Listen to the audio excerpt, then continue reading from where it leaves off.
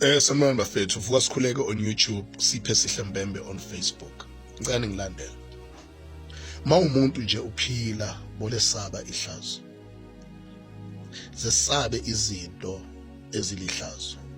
Noma ngabe zenziwa uwe, noma ngabe zenziwa umuntu oseceleni, ngoba kuyenzeka uthola ukuthi wena ihlazo awulenzi kodwa uyali-entertainer. This generation has somehow lost the touch or the sense of integrity.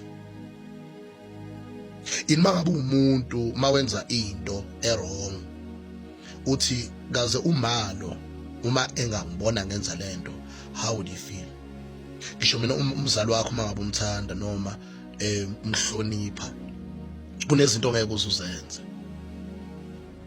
Kunabantu namhlanje ababambekile abangaphuza utshwala, abangawubhema ugwayi, abangajoli, not because khona bashumayezile noma bayisontweni, it's because kubo yatshaleka lento yokulesaba ihlazo. Usabe izinto ezizokwenza ukuthi ukhulumeke ngendlela engekho right. Baleka uma ubona abantu benza into engekho right ukhona nawo. Ungabi ingxenye yokwenzeka kwezinto ezirong. Baleka ngoba wena ihlazo uyalisaba. Lento yokusaba ihlazo hayi ngoba kukhona ireward ozoyithola, kodwa lento yokusaba ihlazo ithi ngifisa ukuthi abantu abangisurroundile bangethembe. Yiko ngibaleka. Angibaleki futhi ngoba ngiyigwala, kodwa ngibaleka ngoba ngiyesaba lento ukuthi uma ngikwazi ukuyenza mina komunye umuntu, how would I feel uma kungathiwa yenziwa kimi?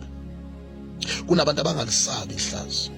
Umuntu enze into noma ikanjani, angabi nendaba ukuthi omunye umuntu uzothini. La emhlabeni ayikho leyo nto leyo, ngoba la emhlabeni wawuyodalwa wedwa, uphile wedwa.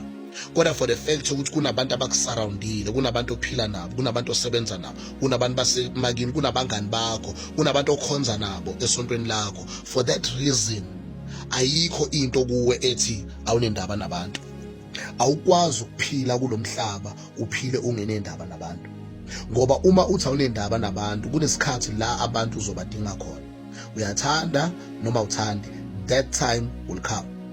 Now how are you going to be able to live in that space where when you have utterly said ngomlomo wakho ukuthi awunendaba nabantu? Awukwazi ukuphila emhlabeni ungenendaba nabantu. Lesaba ihlazo. Zibuza nje ukuthi uma ingane yami ingangifica ngenza lento izozizwa kanjani? Wacabangela ama feelings abanye abantu. Uma wami engangifica ngenza lento, how would he feel? Cabangela umzali wakho. Uma umfundisi wami onguholayo engangibona ngenza lento, ibandla engikulo alizukuba sehlazweni. Ungabe umuntu oqiniselayo, ngoba uqinisela ngelilanga kuyokwenza ukuthi abantu noma sekufanele bathi come into your rescue bangakwazi ukwenza lokho ngenxa ye pride nempakamo yokuthi wena wenza noma kanjani awulisabi ihlazo. Ihlazo liyasatshwa uma sifuna ukuphila kahle njengabantu, siphilisane. Siyalibalekela ihlazo, siyalesaba ihlazo. Akube khona umuntu omsabayo ola engqondweni yakho njalo uma wenza into uthi no, uma umalo, uma ubani engangibona ngenza lento, angaphatheka kabi.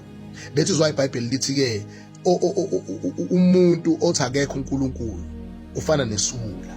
A fool says in his heart there is no God. Isizathu ngoba ufuna ukona. Kusho ngabamazi ungamesaba uNkulunkulu kwenza ukuthi uwone, ngoba there is no higher power oyesabayo. Lesabe ihlazo. Kuyokusiza lokho ngelinye ilanga. Kuyokwenza ukuthi ukwazi ukuphila, uphile nabantu, because you run away from ihlazo. God bless you.